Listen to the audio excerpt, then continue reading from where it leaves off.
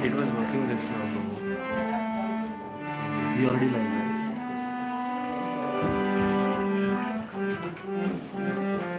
Yeah, we are live. You want to put it like this? I don't think it is.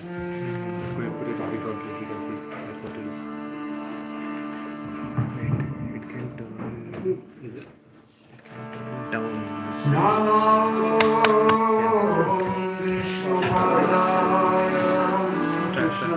Krishna Krishnaya Srimate Bhakti Share the link.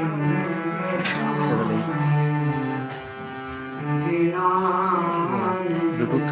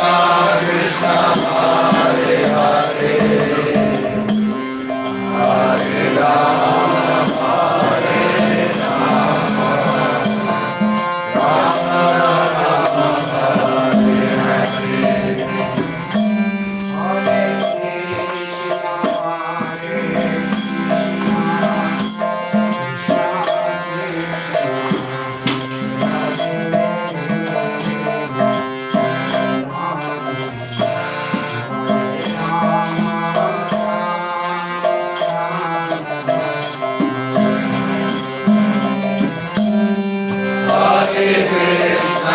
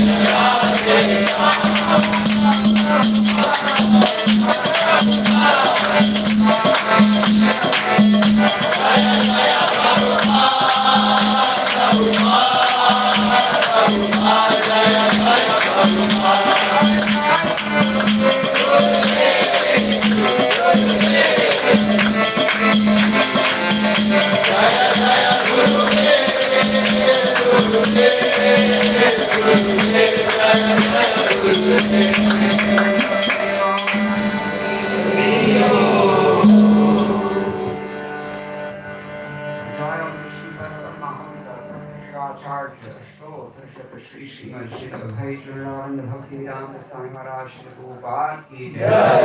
अनंत कोटि वैष्णव वृंद की जय। रामाचार्य श्री ठाकुर हरिदास की जय। प्रेम से कहो श्री कृष्ण चैतन्य प्रभु नित्यानंद श्री अद्वैत गदाधर शिवासादि गौर भक्त वृंद की जय। श्री श्री राधा कृष्ण गोप गोपीनाथ श्याम कुंद राधा कुंद गिरि गोवर्धन की जय। वृंदावन धाम की जय। नवद्वीप मायापुर धाम की जय। गंगा देवी की जय।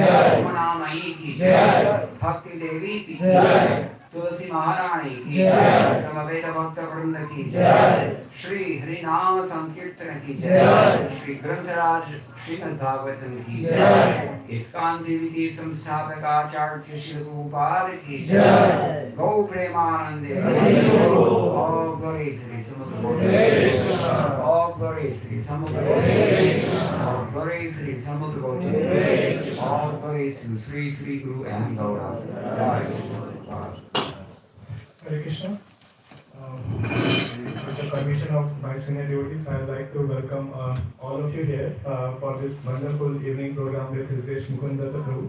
And also would like to welcome His Grace Mukundatta Prabhu and his provides Hare Shri Murti Mataji who is blessing us here. So let's have a big round of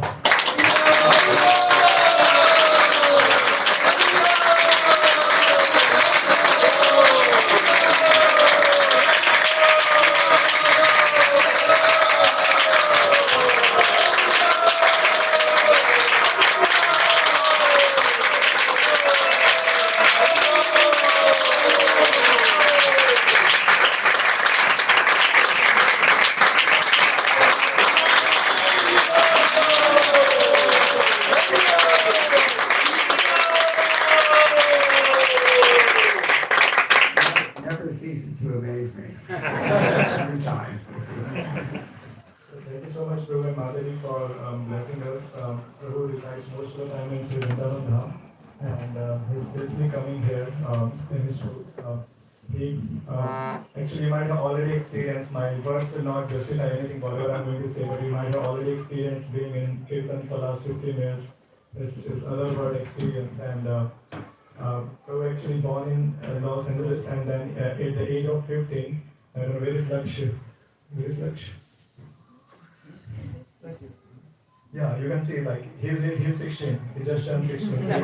Prabhu was even younger than him, and he was searching for his spiritual life, and he got in contact with Prabhupada's book, and then he dedicated his life at the age of 15. That I can't believe, when 15 is like, you can see that in our own life, and Prabhu dedicated his life, and from that time he's a direct disciple of his Divine Grace A.C. Bhaktivedanta Swami Srila Prabhupada, and serving in various capacity in ISKCON, especially his main contribution in his scholarly in the Sanskrit committees, and so let me just read the introduction for my own benefit. So as I told, he is originally from Los Angeles, and he served and traveled in Radha Damodar Traveling Sankirtan Party. Is one of the most exciting party anyone want to be. It's a Sankirtan party. Maybe if we get some introduction, we might share some the stories. And again, he served under Tamal Krishna Maharaj for 2 decades in Texas. He has studied Indian classical and devotional music in both India and America. And we just saw the harmonium, but he plays mridanga in much more in classical mridanga in Hindustani style. He sings and plays in the traditional Gaudi Vaishnav style of Bengal, and he has made several recordings you can find in YouTube and other places.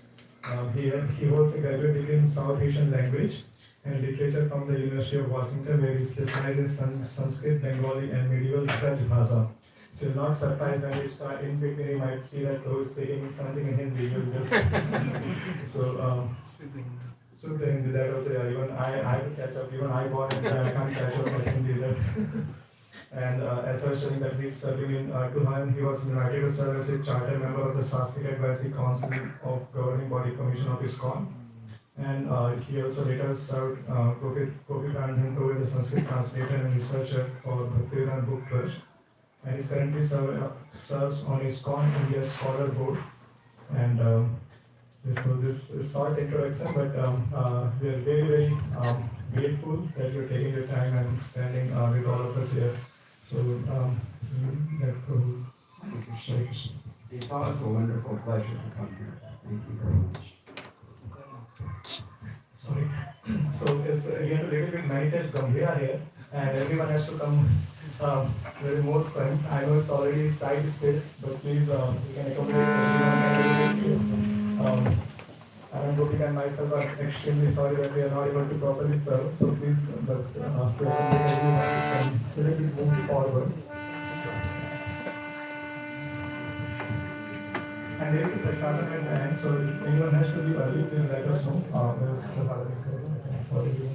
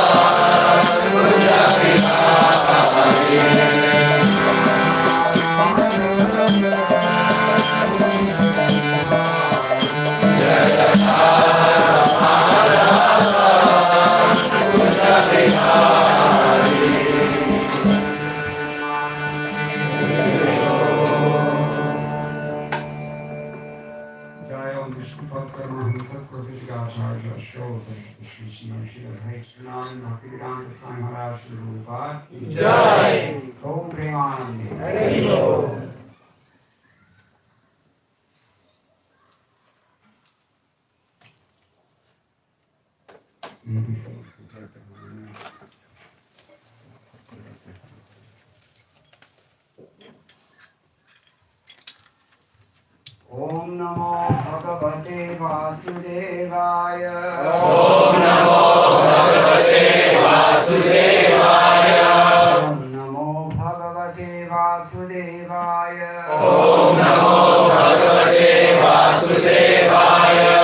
Om Namo Bhagavate Vasudevaya. Om Namo Bhagavate Vasudevaya. Narayanam Namaskritya. Narayanam Namaskritya. Naram Chaiva Narottamam. Naram Chaiva Narottamam. Devim Sarasatim Vyasam. Devim Saraswatim Vyasam. Jayamudiraya. Jayamudiraye. Nashtaprayeshu Bhadreshu. Nashtaprayeshu Bhadreshu. Nityam Bhagavata Sevaya. Nityam Bhagavata Sevaya. Bhagavati Uttama Shloke. Bhagavati Uttama Shloke. Bhaktir Bhavati Naishtiki. Bhaktir Bhavati Naishtiki. Krishne Svadhamo Bhavate. Krishna Svadhamo Bhavate. Jnanadibhisaha. Jnanadibhisaha. Kaunashtatrishamesha. Kalonashtatrishamesha. Pranarko Dudodhita. Pranarko Dudodhita. This is Grantaraj Srimad Bhagavatam, 5th canto, chapter 18. Describing how the residents of Jambudweep are offering their various prayers to the Supreme Personality of Godhead. And we've already heard from Lakshmi Devi and from other great souls. Now we're hearing the prayers offered by Prahlad Maharaj. And we know who Prahlad worships already. In fact, we've just heard Prahlad say, Om Namo Bhagavate Narasimhaya.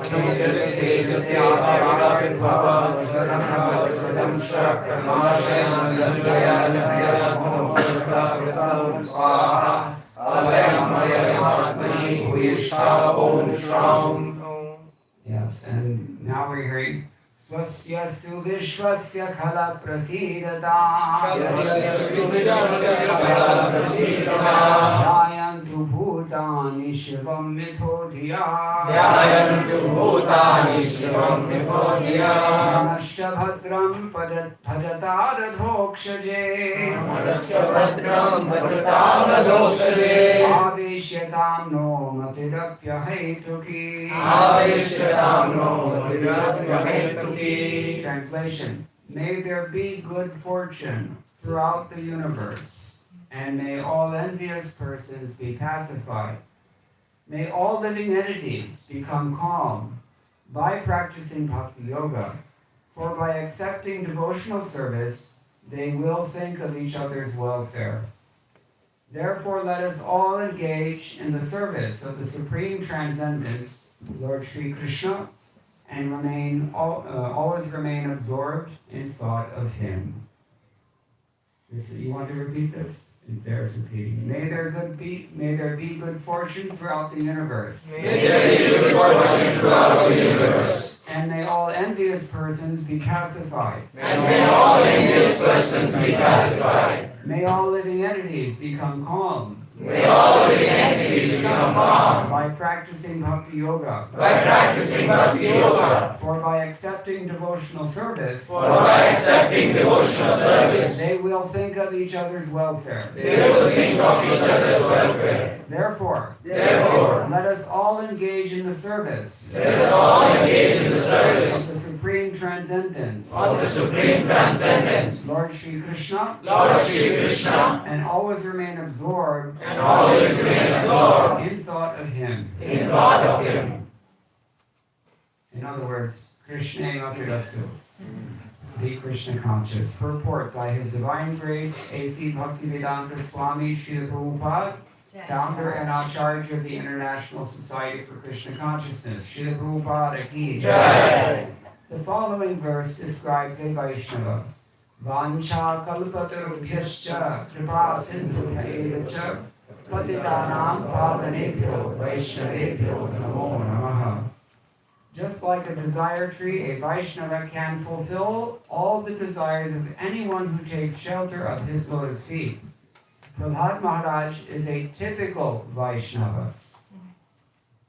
He prays not for himself, but for all living entities, the gentle, the envious, and the mischievous. He always thought of the welfare of mischievous persons like his father, Hiranyakashipu. Prahlad Maharaj did not ask for anything for himself. Rather, he prayed for the Lord to excuse his demoniac father. This is the attitude of a Vaishnava, who always thinks of the welfare of the entire universe. Srimad Bhagavatam and Bhagavata Dharma are meant for persons who are completely free of envy. Parama Nirmat Saranam. Therefore, Prahlad Maharaj prays in this verse, Kala Prasidatam. May all the envious persons be pacified. The material world is full of envious persons. But if one frees himself of envy, he becomes liberal in his social dealings and can think of others' welfare. Anyone who takes up Krishna consciousness and engages himself completely in the service of the Lord cleanses his mind of all envy. Manashya bhadram bhajatara dhukshaje. Therefore, we should pray to Lord Narasimhadeva to sit in our hearts. We should pray by hearing Narasimho Hridaye Narasimha. Let Lord Narasimhadev sit in the core of my heart, killing all my bad propensities. Let my mind become clean so that I may peacefully worship the Lord and bring peace to the entire world. Srila Vishwanath Chakravarti Thakur has given us a very fine purport in this regard. Whenever one offers a prayer to the Supreme Personality of Godhead, one always requests some benediction from Him. Even pure, Nishkama devotees pray for some benediction, as instructed by Lord Sri Chaitanya Mahaprabhu in his Shikshastaka. Ainanda Tanajakinkaram Patitam Mam Vishane Bhavam Budho Kapaya Tavapada Pankaja Sthita Dhuli Satvisham Vishantaya. O son of Maharaj Nanda, Krishna, I am your eternal servitor, yet somehow or other I have fallen into the ocean of birth and death. Please, pick me up from the ocean of death and place me as one of the atoms at your lotus feet. In another prayer, Lord Chaitanya says, Mama Janmani Janmanishware Bhavatad Bhaktir Ahaita Kitvayi. Life after life, kindly let me have unalloyed love and devotion at your Lordship's lotus feet. When Prahlad Maharaj chants Om Namo Bhagavate Narasimhaya, he prays for a benediction from the Lord. But because he's also an exalted Vaishnava, he wants nothing for his personal sense gratification. The first desire expressed in his prayer is Swasti Astu Vishwasya. Let there be good fortune throughout the entire universe. Prahlad Maharaj thus requested the Lord to be merciful to everyone, including his father, a most envious person. According to Chanakya Pandit, there are two kinds of envious living entities. One is a snake, and the other is a man like Hiranyakashipu, who is by nature envious of everyone, even of his father or son. Hiranyakashipu was envious of his little son, Prahlad, but Prahlad Maharaj asked a benediction for the benefit of his father. Hiranyakashipu was very envious of devotees, but Prahlad wished that his father and other demons like him would give up their envious nature by the grace of the Lord and stop harassing the devotees. Kala prasidatam. The difficulty is that the kala, or envious living entity, is rarely pacified. One kind of kala, the snake, can be pacified simply by mantras or by the action of a particular herb. Mantraushadhi kashah sarpa kalakena nivaryate. An envious person, however, cannot be pacified by any means. Therefore, Prahlad Maharaj prays that all envious persons may undergo a change of heart and think of the welfare of others. If the Krishna consciousness movement spreads all over the world, and if, by the grace of Krishna, everyone accepts it, the thinking of envious people will change. Everyone will think of the welfare of others. Therefore, Prahlad Maharaj says, Shivam mitodhya. In material activities, everyone is envious of others. But in Krishna consciousness, no one is envious of anyone else. Everyone thinks of the welfare of others. Therefore, Prahlad Maharaj prays that everyone's mind may become gentle by being fixed at the lotus feet of Krishna. Bhajatada bhokshaje. As indicated elsewhere in Srimad Bhagavatam, Savai Manaha Krishna Padadavindayoho, and as advised by Lord Krishna in Bhagavad Gita 1865, Manmanabha Madbhaktaha. One should constantly think of the lotus feet of Lord Krishna. Then one's mind will certainly be cleansed. Cheto Darpana Marjanam. Materialists always think of sense gratification.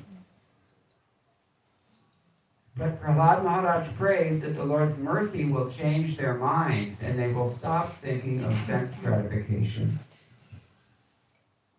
If they think of Krishna always, everything will be all right. Some people argue that if everyone thought of Krishna in that way, then the whole universe would be vacated, because everyone would go back home.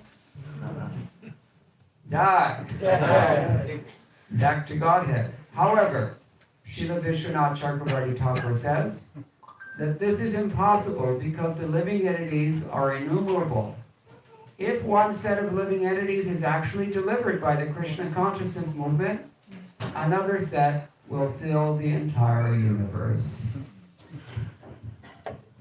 Om Jnana Timarandhasya Jnana Janaslavaya Chakshurudritam Tasmai Shri Gurudeva Namaha Mukam Karoli Vachalam Pangumlam Bhayate Gilim Yaktrapatamaham Vande Shri Gurum Dinikaranam Jaya Shri Krishna Chaitanya Prabhu Nityananda Shri Advaita Gadadhar Shivasati Gaur Bhakta Hare Krishna, Krishna Krishna, Hare Hare, Hare Rama, Rama Rama, Hare Hare.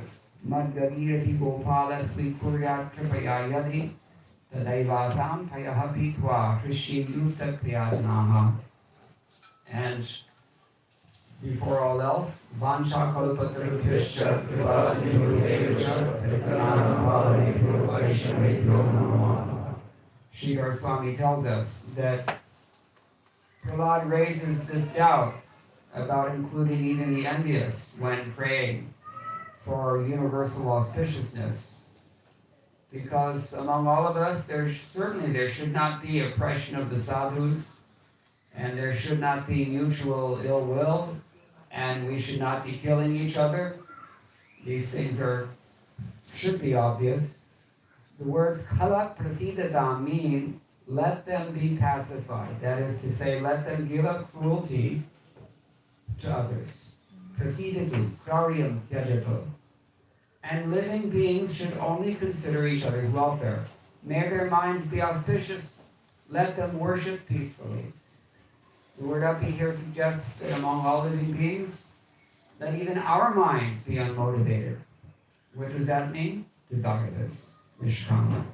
He takes the word ahaituki is a very important word in this verse. What does ahaituki mean? Literally. Literal. But no hetu. And hetu ka matlab kya hai? Yeah, motive. Agenda, we say in modern parlance. So we should not be with any program for ourselves. And that's called ahetuki, or Srihar Swami is therefore glossed it for us. Ahetuki nishkamasati means without personal desires. We know from Chaitanya Charitamrita what that means. What is it? Anybody know what I'm thinking? Bhukti Mukti Siddhikani Shapalaya Shanto Krishna Bhakta Nishkama Ataivo Shanto. Right? Devotees, they don't have any desires. They only have Krishna's desire. They have no desire for themselves. They only embrace Krishna's desire. And that's why their desire is fulfilled. Because Krishna's desire is never frustrated. When you're embracing only Krishna's desire, then your desire will never be frustrated. It's devotees. Viragavacharya also says, Shlokan aha swastiti, in these shlokas beginning with swasti. He's praying for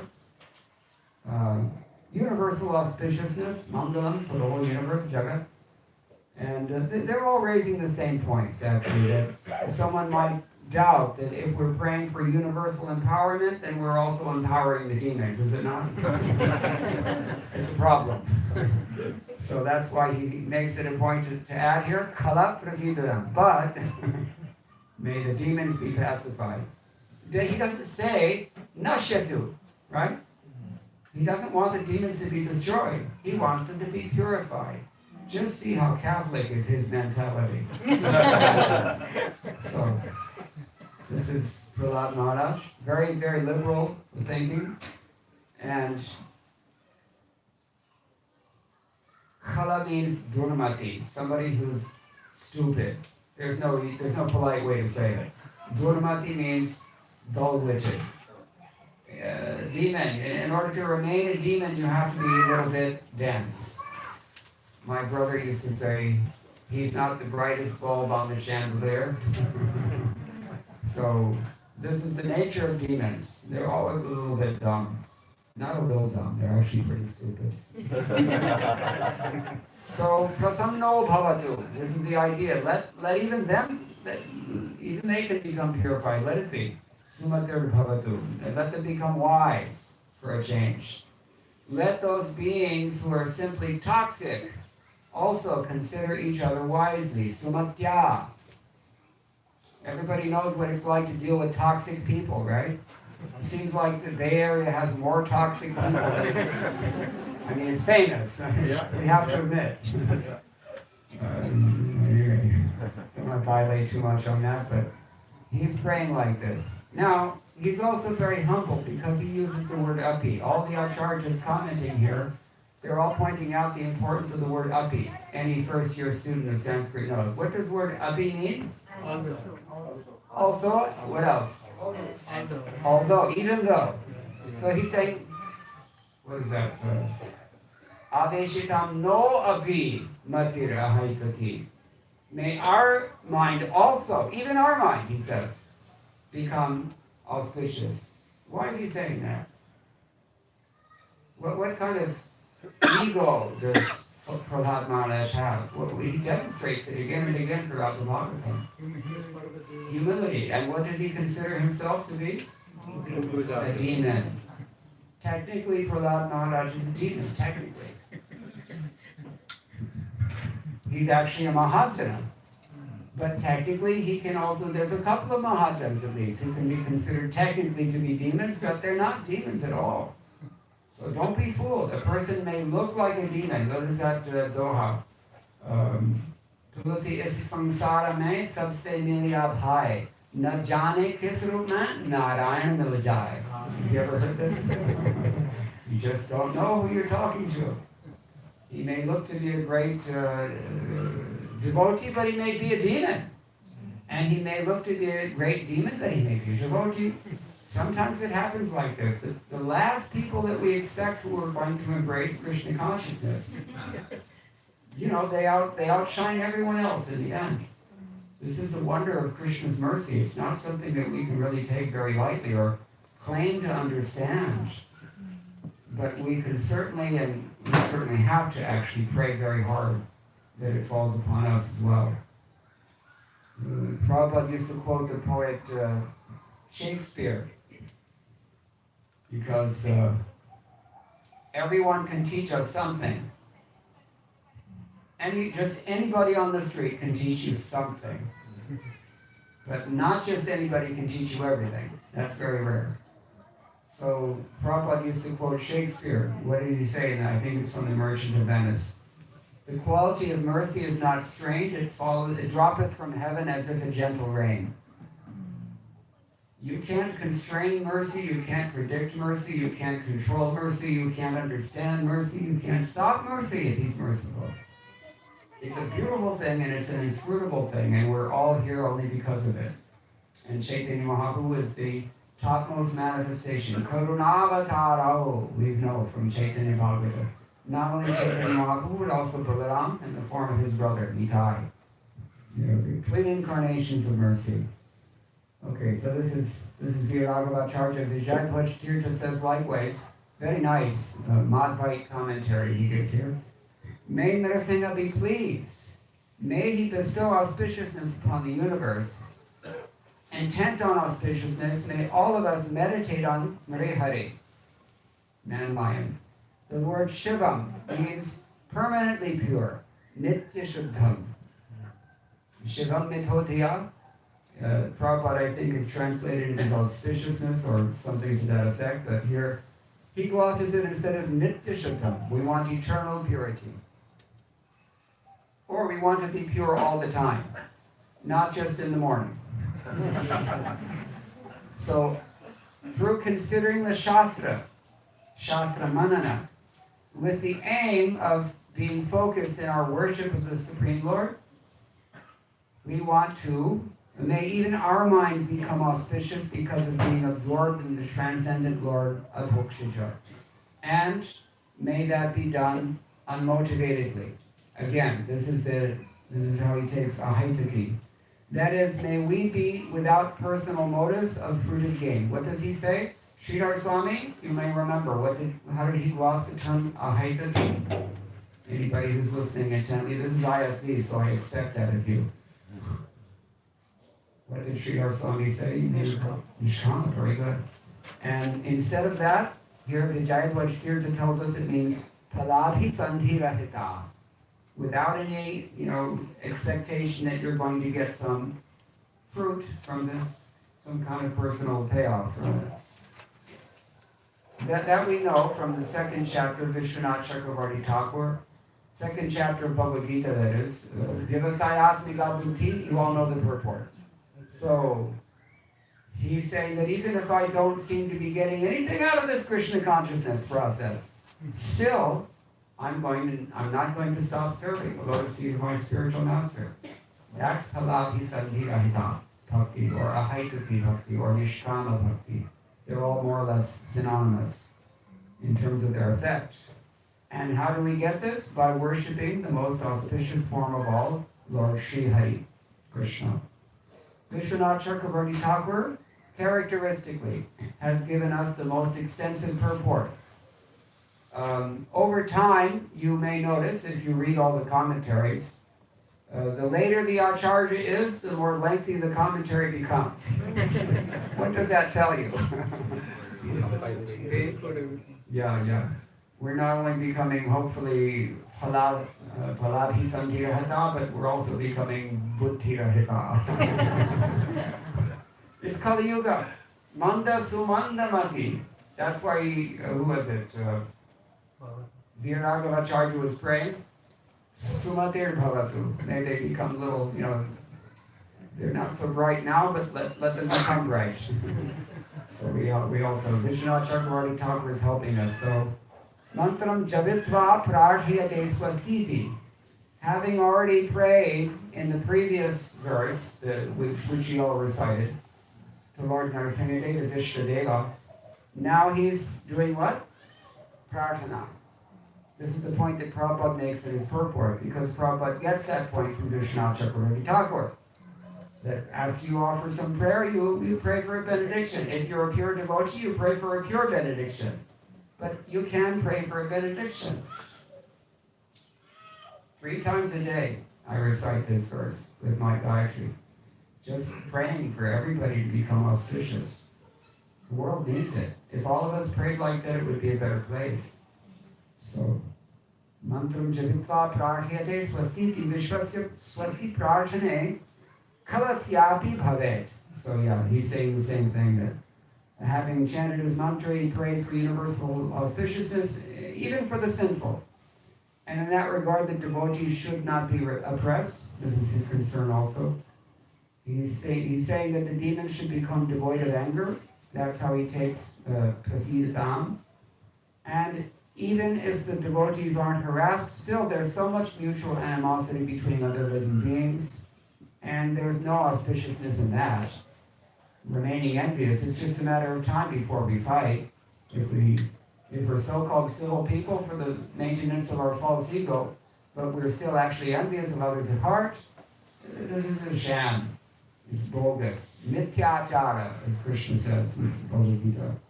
So, therefore he prays, may all beings meditate on auspicious. This is how he takes Shivam Mithodhya. Jayantu Bhutani Shivam Mithodhya. May they all meditate on each other's welfare. Even then, the auspiciousness is actually inauspicious without bhakti. Right? Because so-called auspicious in this world, just like we often point this out. Anybody here from Chennai? Yes. I know. At Chennai, who do you find at every T intersection? Pilayar, also known as Vinayaka. Why is he called Vinayaka? What does Nayaka mean? Vinayaka का मतलब नेता है ना? नेता का मतलब क्या है? Leader. So Vinayaka means what? Okay, good point. But anything else? V pratyaya, what is it? What does that indicate? The 2 things Prabhupada points out. One is Visheshana. Deluxe Nayaka, okay? Very special Nayaka, okay? That's granted. But Vigata Nayaka also. He's leading you in the wrong direction. Vigata means opposite. Just like Karma and Vikarma. Does Vikarma mean Vishesh Karma? No. It means anti-karma. So Nayaka, a person who's leading you in the wrong direction. Yet pada pallava yugam vidithaya kumbhadvandve pranama samaye saganadhiraja vishnanti hantum alamasya jagattrayasya. In the 3 worlds he's leading you to auspiciousness. But is there any auspiciousness in the 3 worlds, actually? I don't think so. Because sab kuch temporary hai. And even Krishna will confirm in Bhagavad Gita, Abrahma bhuvanal loka punaravartin arjuna. No matter where you go in this world, even if you live in, what's the nice neighborhood here? Huh? Okay, whatever. Yeah. Where I come from, it's Beverly Hills. But, those people are killing themselves. Malabar Hill in Mumbai. Anybody from Mumbai? You don't have to raise your hand. But, what are they doing there, these rich, famous actors and actresses? found hanging from ceiling fan. They're not happy. That means that no place is really auspicious as long as it's material, because you cannot be Krishna, and this is what we want here. It's not possible, the position's already filled. No vacancies. So, Vinayaka, he's actually, by removing obstacles to your material entanglement, he's not really doing us a favor, isn't it? But Srila Prabhupada nonetheless says in Nectar of Devotion, at least he used to say, maybe somebody edited it out now, but in the beginning we should worship Vaikuntha deities such as Ganesh. Who is that Ganesh? The form of Ganesh in Vaikuntha is Vishwasena, yes. So he will do the same thing, but in the spiritual world. That is wanted. In Pushti Margiyas, anybody here Pushti Margiya background? They have Yomanaji. So Yomanaji will do the same thing. So this is the idea. So this is how he's praying that may they all become auspicious. So Vishwanath Chakravarti Thakur is making the point that there is no auspiciousness without bhakti. Oh, great. Thank you. Now, he also points out, no words like today or right now are mentioned in this. There's no time frame given for this process, is there? So how long will it take? We don't know. There are cases of devotees becoming completely perfect on the spot, inexplicably. Remember what we said about mercy? You can't predict it, you can't control it, you can't even understand it. Amazing grace, the Christians have their hymn, they sing. So, but it's clear that the Lord will fulfill the devotee's desires over a period of time. If the devotee desires to come back to Godhead, he will definitely take you back. All of you in this room are going back to Godhead. Jai Ho! Radhe Radhe! Radhe! So, this is the great benediction, and Chaitanya Mahaprabhu is giving this for free. But one should not say that all the jivas will be liberated eventually and then the universes will be completely empty. Sometimes when we go out for preaching, isn't it, you get this question, well, if all people become so absorbed like you, then how will things go on? As if this, material prison house really needs to go on. It's like, somebody's in, one of these supermax penitentiaries. How's it going to go on if we all become reformed? Well, actually, Baba, that's the idea. That's why they call it penitentiary. Last 4 years, practically speaking, I haven't been able to come to America, and so many of us have been virtually locked down, isn't it? Because of this pandemic, courtesy, well, we won't say who, but you all. But it's like, when it first came out, I was giving some serious meditation to this and just considering. It's like when children are naughty, what do the teachers do? They put them into time out. We had discussed the other day. So it's kind of like that. But time out is supposed to make the kids think. The kids don't think. But penitentiary. The jail is called a penitentiary because you're supposed to become penitent. A fancy English word that maybe needs definition, to reflect upon your wrongdoing and to consider how to avoid that and how to rectify yourself. This is the whole point. It's not just cruelty, but it's meant for reformation. Or as one law enforcement official said, it's a process of attitude adjustment. We all have an attitude problem towards the Supreme Personality of God, and that's what has to be adjusted. And how is it adjusted? Traffic accidents, for one thing. Sudden death of someone close to you, or your own sudden death, or the threat of it, right? Hellish sufferings can be going on in this world. Really, really hellish. I don't even want to say that there's so many ways that people are inflicting pain on one another and on other living entities as well. So, anyway, the point is that this is a penitentiary, and it's expected that every city planner knows that you have to build a prison somewhere, because not that you want people to become criminals, but it's expected somebody will do it because they're Durmati instead of Sumati. So, even if we empty out one whole universe, but there's so many fools. P.T. Barnum said there's one born every minute, right? There's a sucker born every minute. All stupid people. You see this if you're over 60. You can see a couple of generations, the same pattern keeps happening again and again. The clueless ones, newbies, they come in, they don't know what's happening, they make the same dumb mistakes that everybody has made in every generation for the last how many centuries? It's as if humanity doesn't learn. Because there's only one way to learn, and that's by hearing submissively. And nobody's prepared to do that. Everybody wants to buck the system as if it could be done. Because we're rebellious. In other words, we're criminals.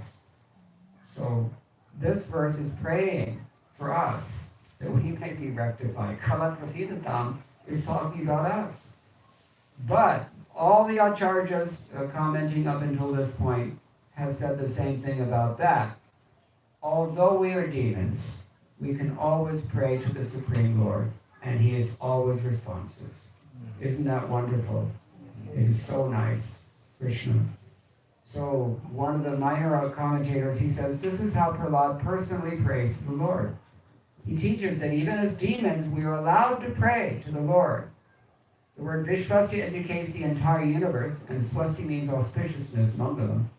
So one may question that if he prays for the welfare of the whole universe, how is that possible without thereby also empowering the demons who are harassing and oppressing sadhus? So this is a valid question. Were you supposed to meditate on mutual auspiciousness, but only for some, not for others? No, for everyone. Vishwasya. So it's impossible for us to do this, but it's very easy for the Lord to do this for us.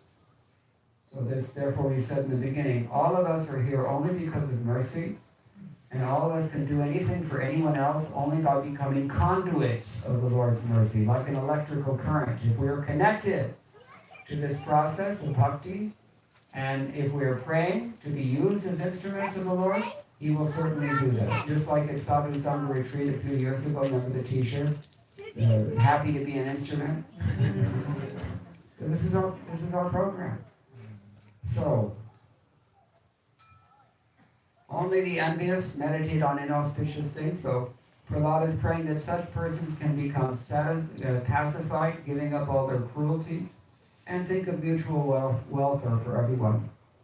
May they all have peaceful minds, and may all of us living entities be absorbed. Aveshyatam means may we enter deeply into this consciousness. How deep? We mentioned the other night, deep water fish hona chahiye, no?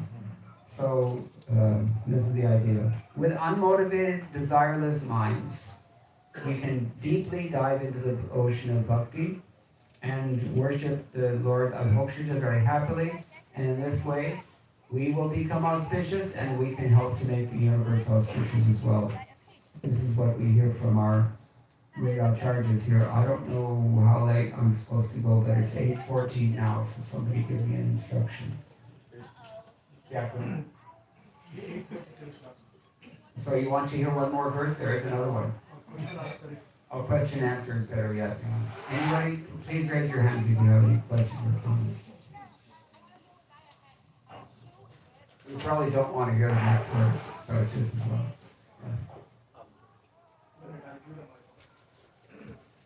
Here. Just give it back. Hare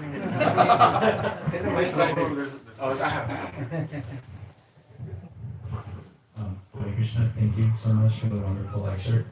I was wondering, I heard that, or when we go out for book distribution, how do we know if we're pure enough to go out and distribute books successfully?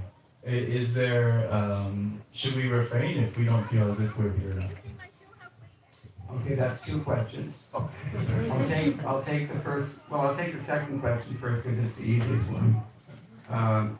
Should we not go out if we're not pure enough? Why don't we have a show of hands? Anybody says yes?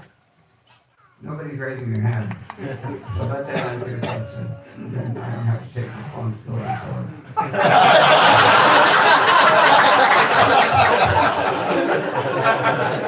it. question. Why don't you restate that question so we're clear absolutely about what it is? He's rethinking. Yeah.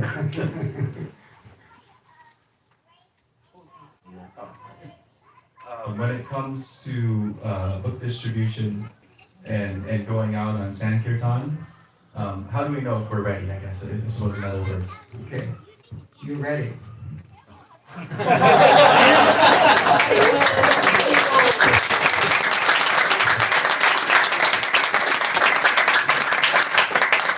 You ask a simple question, you get a simple answer. But that's the whole point.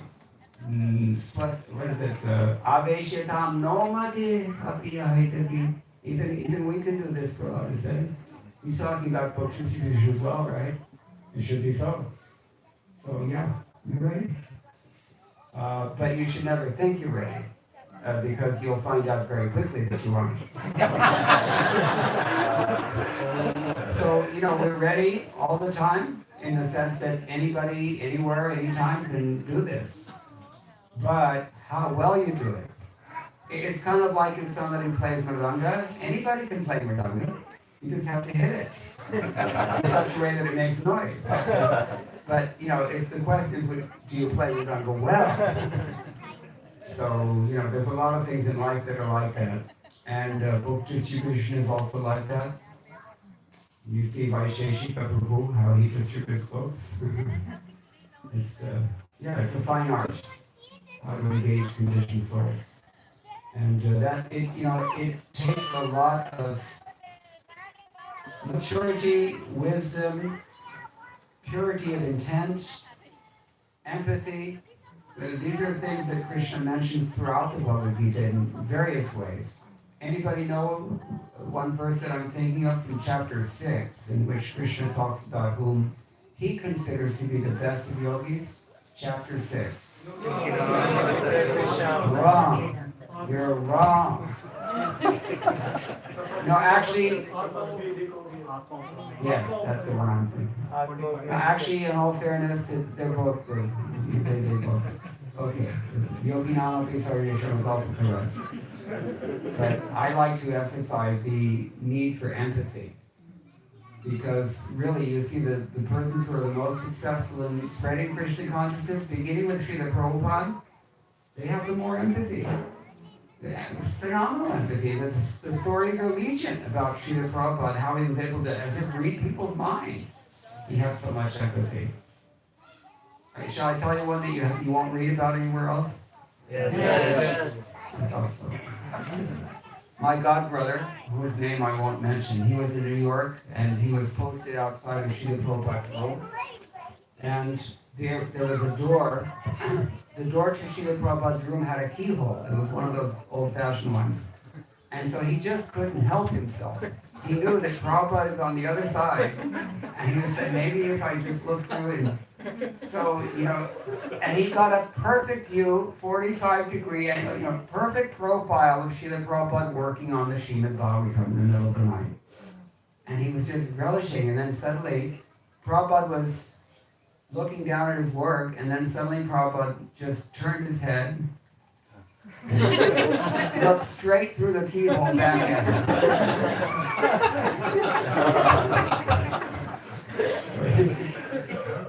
That's empathy. How did he know? I don't know. But Krishna, And Tamal Krishna Goswami is another very good one, because I had about 30 years of association with him, and I saw this many times, that in about 2 minutes, if he were talking to someone that he had just met, he already knows everything about that person. On an average, it took about 1 or 2 minutes. Not just what background, but practically their DNA history, if not medical records. So, he was amazing, and that's why he could connect so well with anybody and convince anybody, because he knew right away where to go. That's empathy, and that I asked Gopi Pranadana once, because at one point in my life I experienced the pain of realization that I have a lack of this empathy. And so I asked him, where does it come from? He just shrugged his whole shoulders and said, it's a gift from above. But if you are really sincerely chanting Hare Krishna, Hare Krishna, Krishna Krishna, Hare Hare, Hare Rama, Rama Rama, Hare Hare. then Krishna will give you this amazing mercy that we were describing. So we have to be patient. That's Srila Goswami's advice. Patient, enthusiastic. We have to follow everything strictly, avoid bad association, and keep act in a clean way in this world, in your worldly dealings, etc., etc. Okay, anything else? Yes.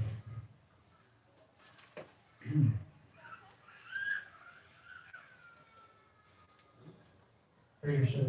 Thank you for the class. I had one question. You mentioned in some of the commentaries how they said those who say like if we complete our Krishna consciousness movement successfully, we'll deliver everybody, then who will be left? I didn't quite understand. Krishna Katha, and Prabhupada mentions it also. Yeah, I was a bit confused by it because I thought like when we talk about the end goal of Chaitanya Mahaprabhu's movement, it is to get everybody out of here. So if there's no end because people keep coming, then what's our goal? Yeah. Oh, you can't say that you haven't made the entire universe Krishna consciousness, even if it empties out and then fills back up again. You did it. It's just like Srila Prabhupada came and he spread Krishna consciousness all over the world. That is the fact. That is de facto history. Nobody can deny it. It's already done. So that's what we mean. But the fact of the matter is that these jivas are infinite, and there's always somebody going to make a mistake, and what to do. That in itself is another big question. But yeah, this is Vishwanath Chakravarti Thakur's comment, and Srila Prabhupada admits it. He doesn't try to argue with his acharya. Okay. Anything else? Yes.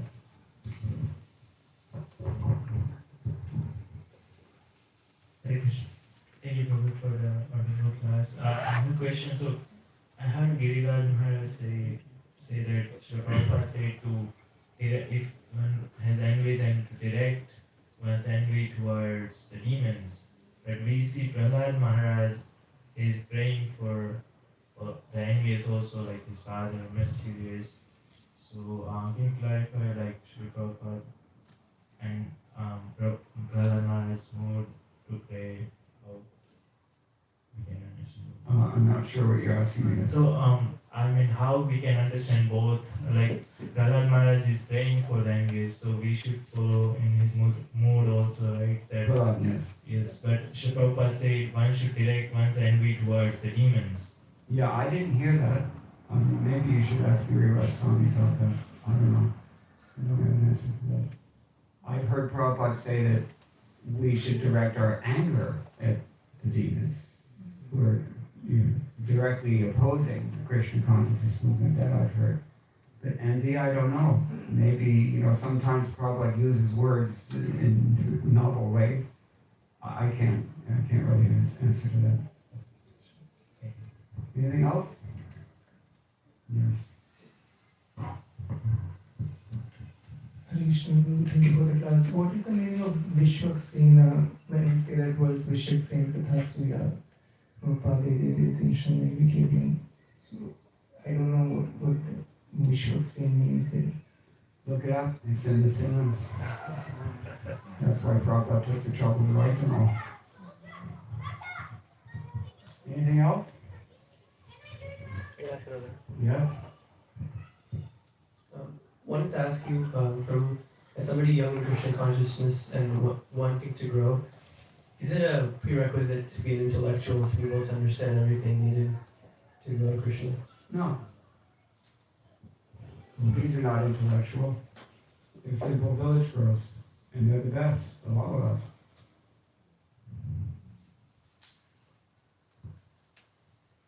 Gaur Kishore Das Babaji was not an intellectual. He couldn't even write his name. And Bhaktisiddhanta Saraswati Thakur, who was sterling intellectual in his time, accepted him as his spiritual master because he knew the difference between bhakti and jnana. It's not at all necessary. But it's very helpful, and sometimes we pray for that also. For example, Chakhudan Dilo Jay Janme Janme Prabhushe Jibigyan Hriday Prakashita, right? So, all things are acceptable in Krishna consciousness, and nothing is acceptable in Krishna consciousness simultaneously. That's called the Chindya Veda Veda. So sometimes we reject karma, sometimes we embrace karma, but it's divya karma, not mundane karma. Sometimes we reject gyan, and sometimes we accept gyan, but it's divya gyan, not mundane gyan. So in this way, depending on the need, or rather the order of the spiritual master, we can embrace anything or we can reject the same thing. It all depends. That detachment is what makes Krishna consciousness transcendental from all things in this world. It's like nothing else. And there is nothing else in this world that compares to it. So, that said, in his commentary on chapter 17 of Bhagavad Gita, Srila Baladev Vidyabhushan, in the first 5-6 shlokas, differentiates between two kinds of faith. Does anybody know this passage offhand? So, the divisions of faith. And Krishna in general in that chapter is talking about how our faith can be infected by the three modes of material nature. Because Arjuna says, what about people who worship nicely but they're not in touch with the Shastras? What mode of faith do they have? And Krishna said it can be any of the three modes. So, we see that. People who have tamasic faith, they feel that it's their dharma to fly jetliners into world trade centers. People who are very passionate in their faith, they want to make sure that they get recognized for all of their sacrifices and all of their service. And people who are sattvic, they're doing things just because that's their obligation as per the Shastric injunctions. Now Baladev Vidyabhushan says that there are two kinds of faith. One of them is called Swabhavaja Shraddha. And that's what Krishna is talking about in his answer to Arjuna. Swabhavaja Shraddha means faith that's born out of your acquired nature over many lifetimes. Or even in this life, you can say the faith that is born of your socialization. Most of you who were born in India, you don't have to be convinced that you're going to take another birth. You don't have to be convinced that you had past births. That faith is already there. And Krishna says that faith which is consonant with Shastra, but it is also Swabhavaja only, that is by nature sattvic. That faith which may be or may not be Shastric, but is based on your material desire, that is Rajasic. And that faith which is completely dark and ignorant is Tamoguna faith, Tamasic faith. But there's another kind of faith that Baladev Vidyabhushan endorses, and that's called Shastrajanya faith. And that comes through very careful study of the Shastras. In our case, that means study of Srila Prabhupada's books.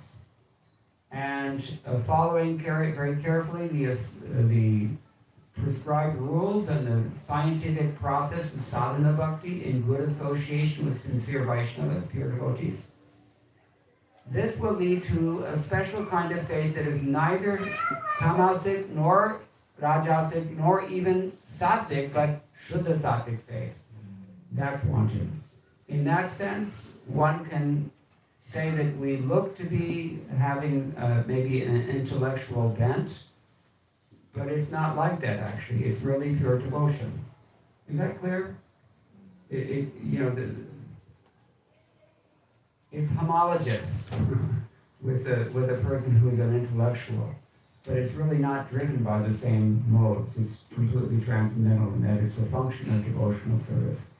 That much I can say. And the reason I say it is because I only know one or two criticisms that Srila Prabhupada generally leveled at his own disciples. And one of them is that they don't read the books enough, and that is a fact. Everybody knows. And the other criticism is that, directed at the Americans in particular, they're always changing everything. So, yeah. I mean, Prabhupada really wanted us to read his books. Why did he take so much trouble to write them otherwise? That's why I told you. If you want to know what the word means, look it up. He wrote it. It's already there. Okay, anything else?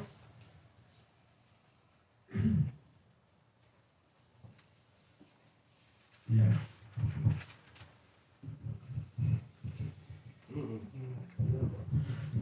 Thank you for after many years coming to ISV, we are so glad to hear assistant here. To a question I have, like, I think in a talk you mentioned about the attitude problem and About what? attitude Yeah, attitude. and as well as envious.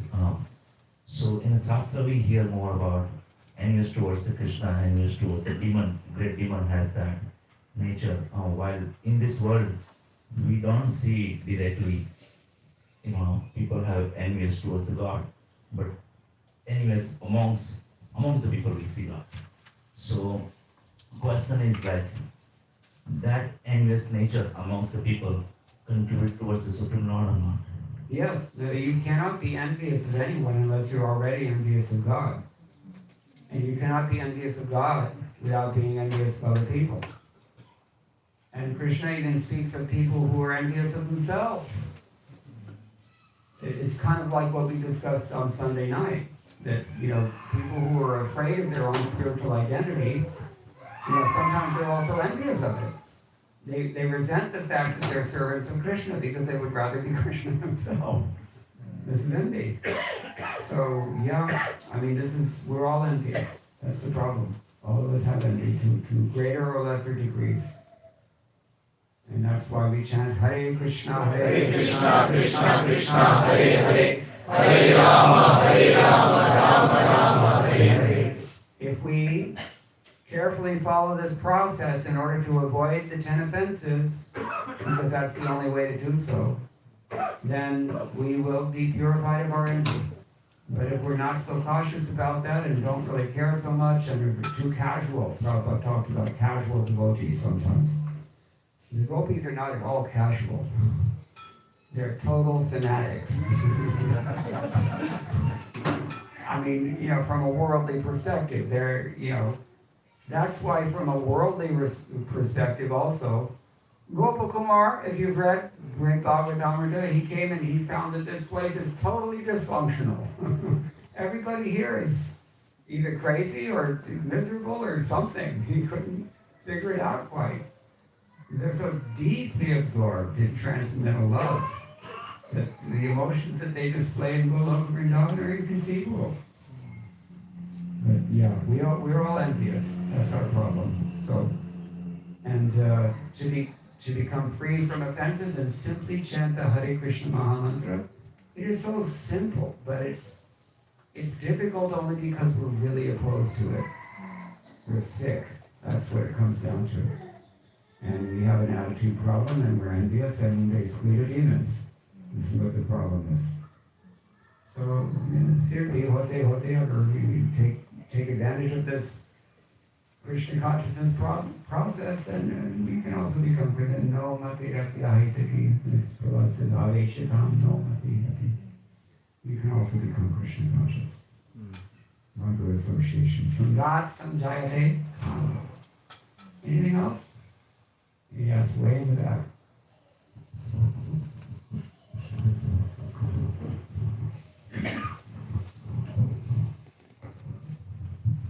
Hare Krishna, bro. Thank you for coming over here. And such a beautiful verse. I have a question on the last two lines. That it says that if one set of living entities is actually delivered by the Krishna consciousness movement, and another set will fill the entire universe.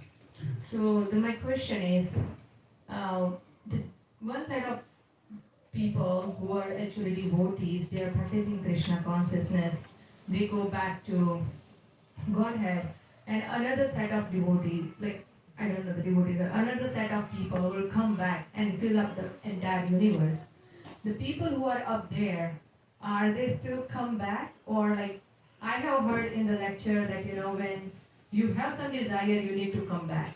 But how do the people over there maintain no desire and they can stick to that position? So they don't become the part of the set of people who are coming down to the universe? Okay, good question. The fact of the matter is that it's not like our default status is to have desires, and the devotees in the spiritual realm are all struggling to maintain their purity. The fact of the matter is that our actual default is to be pure, but we have these impositions that they're covering us. How do we put this? Well, Chaitanya Mahaprabhu says it's like a mirror covered with dust.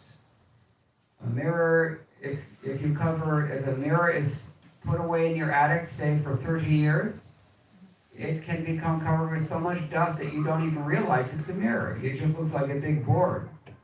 And then you clean it and you see that, oh, there's actually glass under this. So that's atheism. They can't even see any reflection. They don't even have a glimmer that there's a God or that they may be a spirit soul, that they can't see anything because they're just that covered. But that doesn't change the fact that there's a mirror there. So in the same way, the spirit soul is by nature an eternal servant of Krishna, and it's natural to us to do that, to be engaged in that way. But because of long habituation to this addiction to sense gratification, we're more identified with the material world, and we feel that it's a struggle to get clean again.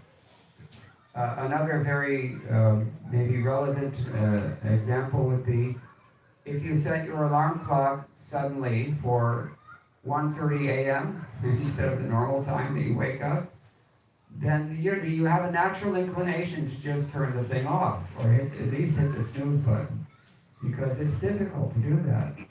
But if a devotee practices, then it's very easy to wake up early in the morning. Not many at 1:30, but come se come for more than that. So that's all. We are by nature spirit souls. We always have to remind ourselves that I'm not this material body, and that's why Prabhupada does so on every other page of his books. He's quoting all these verses in full every time, just to remind us who we are.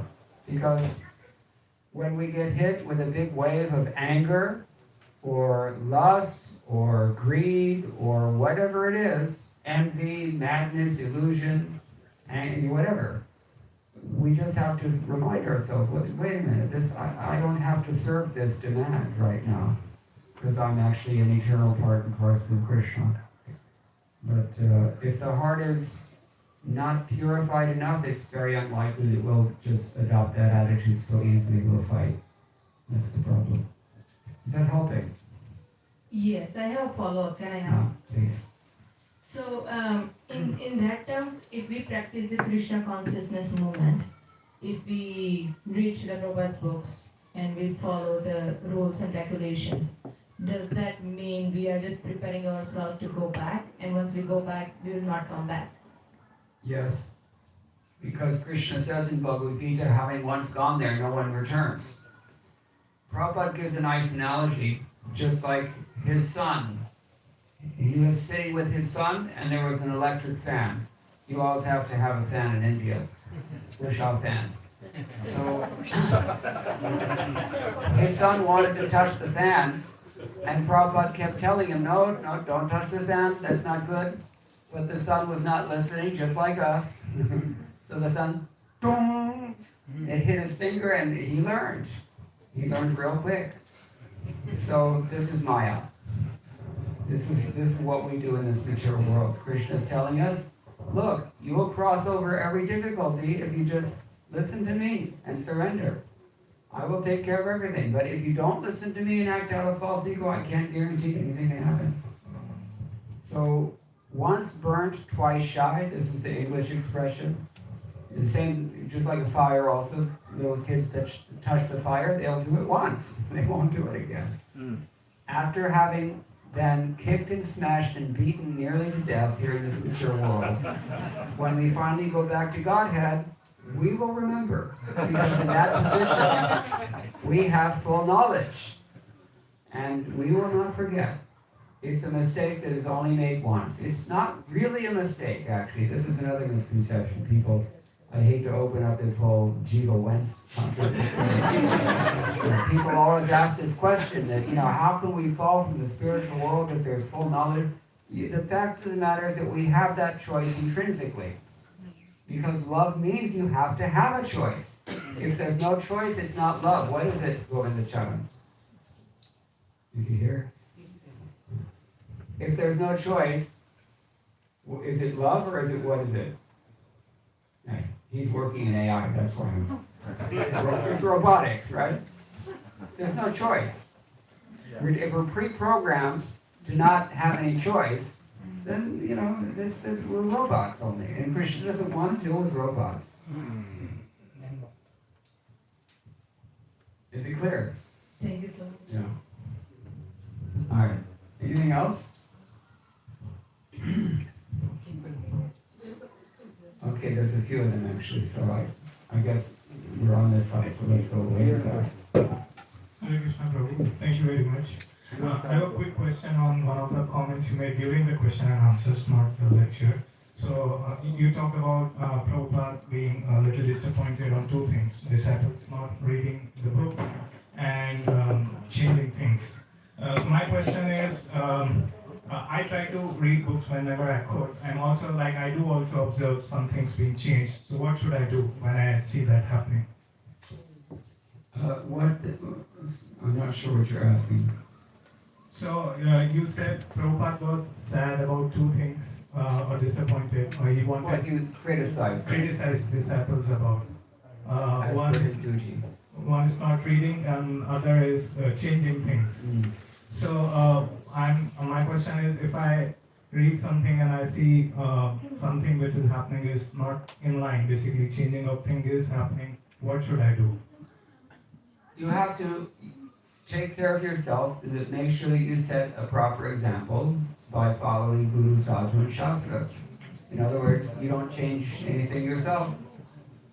You remain Guru Mukha Mavakya Chitete Koryaikya Arana Korihamayasha, and then other people will see by your example. They'll get inspired.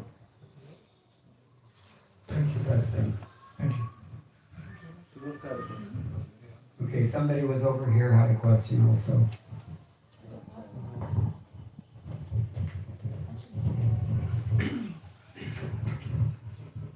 Hare Krishna. Yes.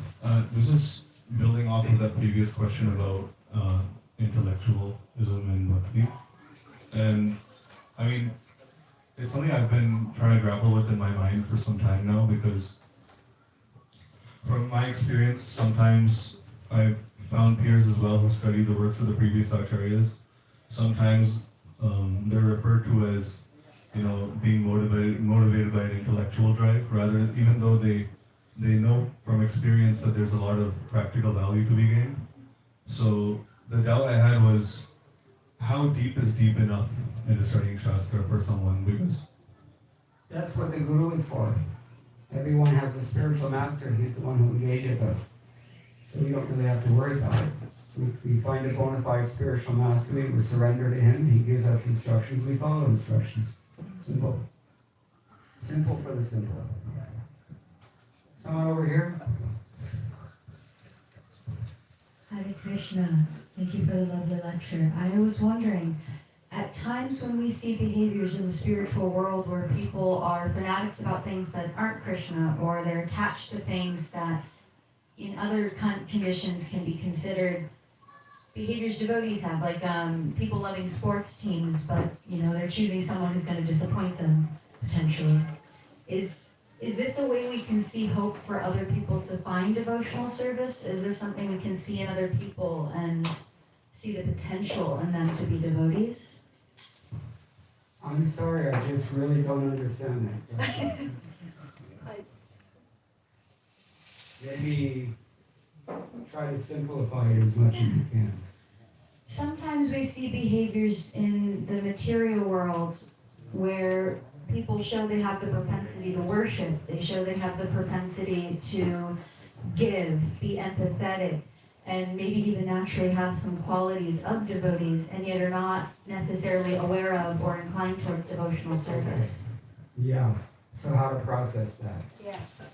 Yasyasi Bhaktir Bhagavati Atinchana is the verse that we will be discussing in the class after the next one. And that is answered perfectly well there. So just stay tuned.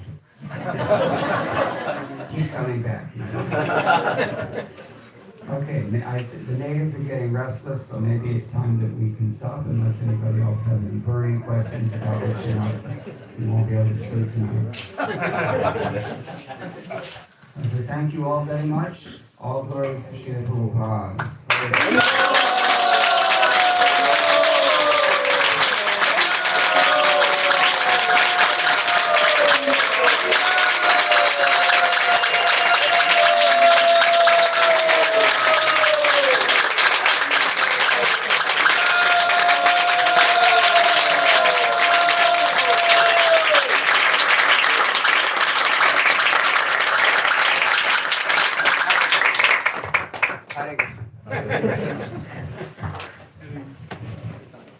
Hare Krishna. So we would like to heartily thank His Grace Mukunda Prabhu and Her Grace Srimati Mataji for giving their such a loving association to all of us, and we'll forever remember this night and all the brothers here. Such a wonderful praise from Srimad Bhagavatam for the Pranam prayer. So we definitely so indebted to Prabhuji and Mataji for coming here and giving us their association. So let's have one more round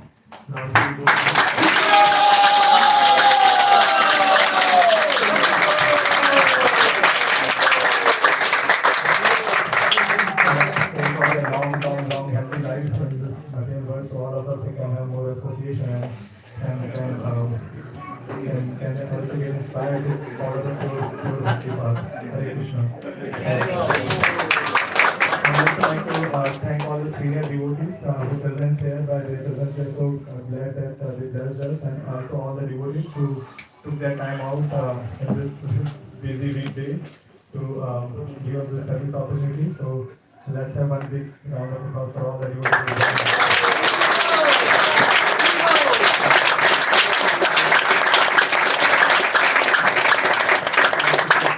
Thanks His Grace Krishna Katha and Her Grace Mataji for giving us this loving family where we all can associate with each other. So let's remember and so let's have one big Hari Bol.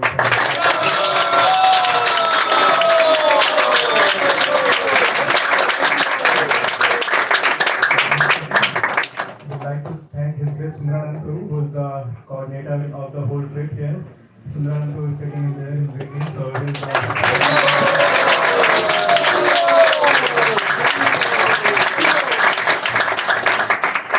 we'd like to thank all the volunteers who had like in this weekday they cooked so I hope Samsung is very Prashadam that you all have so thank you so much for all the volunteers for cooking and serving, and you'll see that various activity you'll here. So let's have one big round of applause.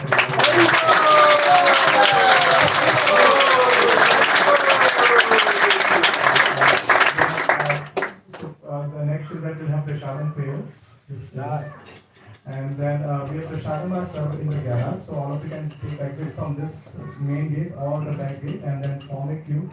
Please give preference to the small kids. I think they have done the big austerity of so that the kids have first, and then all of you can form the line. And also there are 2 rooms inside hall. Wherever you want, you can take Prashadam. You don't have to be outside. If you like outside, you can also have outside if you want to have more ears.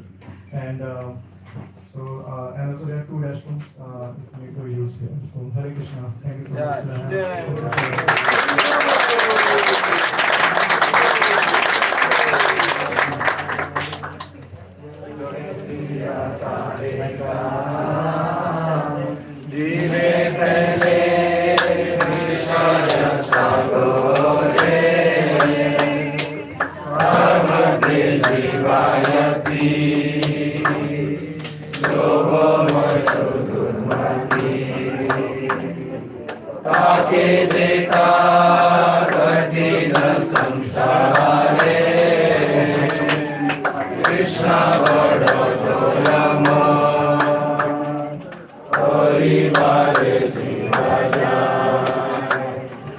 Saprasad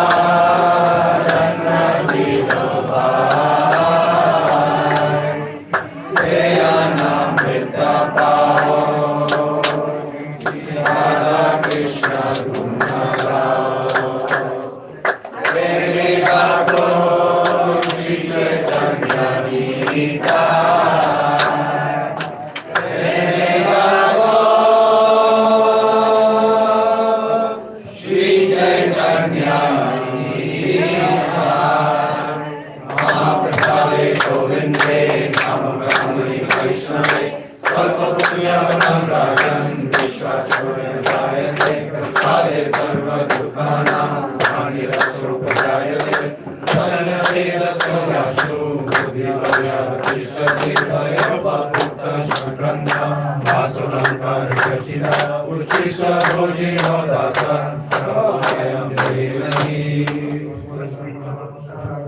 जय। And so, last but not least, we like to thank his Krishna Prabhu. You can see the bodybuilder, devotee, and so he has taken the big charge of broadcast and such as first class sound system for everyone to hear. Even I was going back, I could hear the sound. So, with the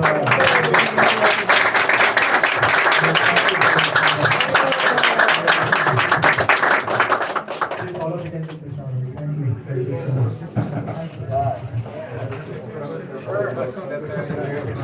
Thank you.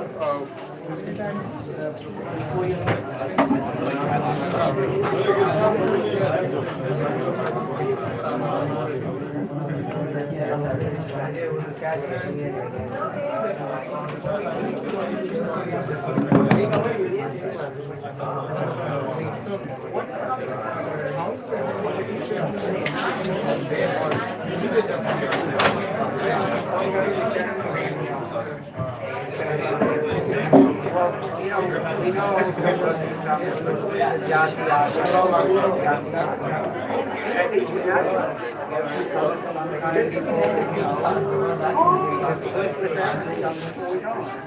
Normal doesn't mean we're envious. Other people are or aren't qualified.